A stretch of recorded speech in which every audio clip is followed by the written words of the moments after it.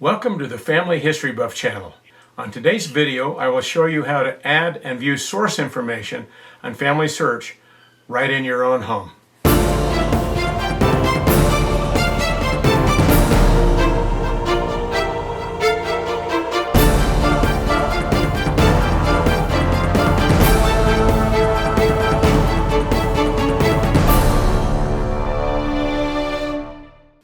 Murray Dalton here, your Family History Buff. This is our 12th video. Hopefully you had a chance to view our very first video if you're still trying to find your ancestors on Family Search. I would recommend you going back and watching that first video if you're still having issues and problems trying to find your ancestors. It would really help you. I'm going to show you how to add and view source information on Family Search right in your own home. To begin with, go to Family Search's website, familysearch.org, to log into your Family Search account. Next, go ahead and sign in, right over here. Then put your username and password in, and go ahead and click on Sign In right here. Once you have successfully entered Family Search, go ahead and click on Family Tree, and then on the drop-down menu, go ahead and click on Tree. You should now see your personal record right here and a pedigree chart of your ancestors. And by clicking here, you should be able to see more ancestors. I'm now going to show you how to view and add source information. First, go ahead and find the record of an ancestor for a person you would like to view or add source information. I'm going to use my wife's grandfather, Albert Elias Smiley, right here, as an example of how to do this. So do likewise, go ahead and find an ancestor that you would like to view and add source information. Since I'm going to use Albert Elias Smiley as an example, I'm going to go ahead and click on his name. Once this window pops up, you want to go ahead down and click on Person, right down here at the bottom. Next, the personal profile page of Albert Elias Smiley appears. I would like to view all source information for my wife's grandfather, so I want to look at the top of his profile page, right here where it says Sources. To me, this is exciting because it shows he has 16 sources, as you can see right here. Next, I want to view the source information, so I need to click on Sources. Wow, this is amazing. Lots of source information. To view all of the source information, you just need to grab this little bar on the far right and scroll down.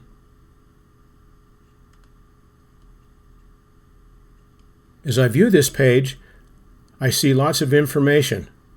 An obituary that I just added. I see a genealogical bank of obituaries with her grandfather's name on there. I see another set of obituaries. Another set of obituaries. I see county marriages under his name. I see death certificates under his name. I see a World War I draft registration card under his name. I see a Utah State Census, a 1920 and a 1930 and a 1940. Another registration card, 1942. More records in California of county marriages, along with many more records. Now, if I wanted to view any of these records, I would click on View Source right here below each record. Now, if you wanted to know who created these source records, just look to the right of the screen, right through here, and it shows created by, and you can see different people's names that it was created by on each source. If you would like to contact this person, you would just click on their name. You will then find an email address where you can send them a message. Next, I will show you how to add any additional source information to an ancestor's personal profile that you may have found. But first, there's a few things you need to do. If you have found an online source and you wish to add your ancestor, you will need to copy the URL location where the record is located. Next, if you have a paper copy of a record, you will need to save the record as a digital format to your computer. The formats you can use are JPEG, PNG, TIFF, bitmap, and PDF files. The maximum file size is 15 megabytes per image. Records can be added as sources as long as the person being documented is deceased. Memories cannot be attached as sources for living individuals. And finally, if you add or edit a URL, Family Search reviews it to make sure it contains content appropriate for Family Tree. If the website has already been approved for use in Family Tree, you can save the source and proceed. If the website has not been approved for Family Tree, the system prompts you to submit the URL for review. After review, you receive an email notification. At that point, you need to come back into Family Tree and re-enter the URL. This typically happens when you link to a personal blog, a photo sharing site, a Google document, or a similar site that does not monitor content. If you enter a website that Family Search considers inappropriate, you cannot save the source. So now let me show you how to add a source.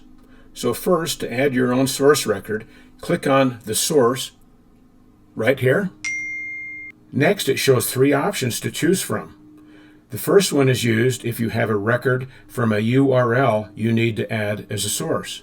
The second choice is used if you have a copy of a record you need to transfer as a source from your personal computer. And just a little note, once you click on either one of these choices, you will still see both options to choose from again. The third option is used if you have a source you need to attach from a source box. I will cover how to do this in the next step. For now, let's assume you have a record on your computer you would like to add as a source. So I'm going to go ahead and click on Add New Memory Source. Next, this window will pop up. So let's go through each item of what you need to do now. First, you will need to enter an event date. Enter the event date that best represents this record. Example, an 1850 census would be 1850. For an obituary, use the death date, such as 3rd of January, 1870, even if other dates are mentioned. For a marriage record, use the marriage date, such as 20th of May, 1854, even if other dates are mentioned. Next, fill in the source title, which is required. Enter a source title that you will recognize later. Example, England, death certificate of Hugh S. Smith, 1832 to 1912. Next is the web page link to the record, whether you're adding from a web page URL or adding a record from your personal computer. Is there a URL link to the record? Copy and paste from your browser example, and you can see the website address where this record would have been located. So you're going to copy and paste this record if you're using a URL address. If the document is on your computer, you will need to find the file on your computer and acknowledge that you have rights to upload the image. And then to add a record that's on your personal computer, you would go ahead and click on Upload Memory right here. You then need to find the file where you placed it on your computer. In my case, I have a file that's called Family History Source Documents, and this is the document that I want to upload, which is Albert Elias Smiley's death certificate. So in this case, you would go ahead and highlight the document that you want to upload, and then you would click on Open, and then it would be uploaded to your computer. In my situation, I have already uploaded this document, so I don't need to do it again. Once uploaded, it will be shown as a source on your ancestor's source record. In my case, on Albert Elias Smiley's record, this is a copy of the death certificate that I just uploaded a few days ago. Next, you will need to fill in where the record is found. This citation is useful if the web page disappears.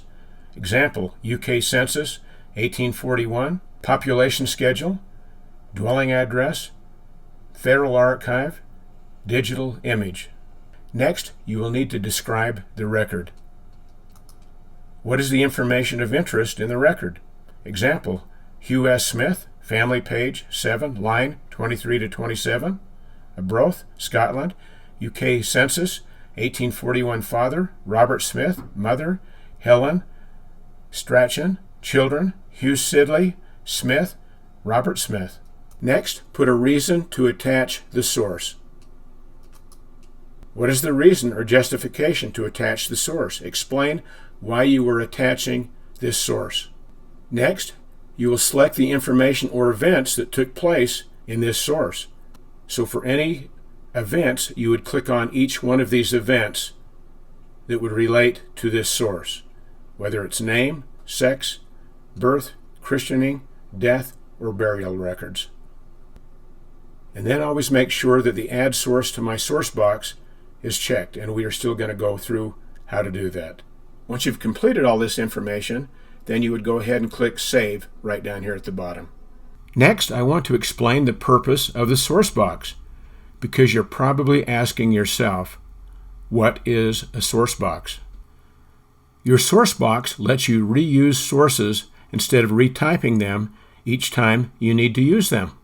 Example, you might have just added a census record, a birth certificate, a death certificate, or some other record as a source. That not only shows in your ancestors' information, but it also lists other family members on the certificate. So if you added it to your source box, it will allow you to apply this same source record to other ancestors' source records as well. I just added this death certificate as a source to my wife's grandfather's record, Albert Elias Smiley, shown right here. Let me show you how to add the same source to various ancestors. And now I would like to add this same record to her grandfather's father's record. His name is George Smiley. So first I need to find George Smiley's record. And I have now found the record of Albert Elias Smiley and the record of his father, George Covert Smiley. In order to add this record to George Covert Smiley's personal profile record, I would go ahead and click on his name. And when this window pops up, go ahead and click on Person at the bottom of his screen. Next, the personal profile page will pop up of your ancestor that you're trying to add a source to. Next, I want to click on Sources right here at the top of the screen, right here. So I'm going to click on that. Next, I want to go ahead and click on Add Source, shown at the top of his screen right here. When this pop-up menu appears, you want to go ahead and click on Attach from Source Box. You will now see all of your source box records in one place for every record that you have ever added as a source on your family tree.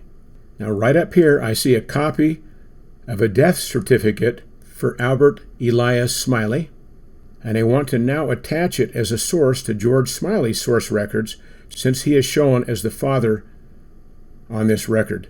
Next, in order to attach this to George Smiley's record, you will see attach icons over here on the far right of the screen.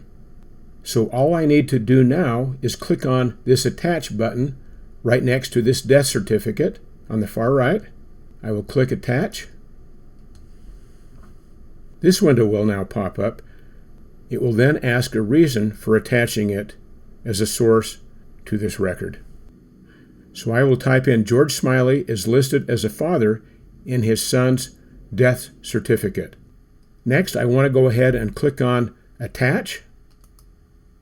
That first takes us back to the source box, and if I click on the record that we just attached to George Smiley's record, and it shows right here now that it is attached to two different individuals, which would be George Smiley and his son, Albert Elias Smiley.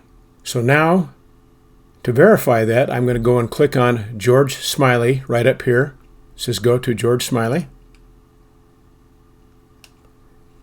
And it takes us back to his source page, and you can see on his source page, here's the record that we just attached from the source box right here, death certificate of Albert Elias Smiley that we just transferred to his personal profile in his source box. So if I wanted to, I could go and transfer it to George Smiley's spouse, one of his other children, anybody that would be connected to that death certificate.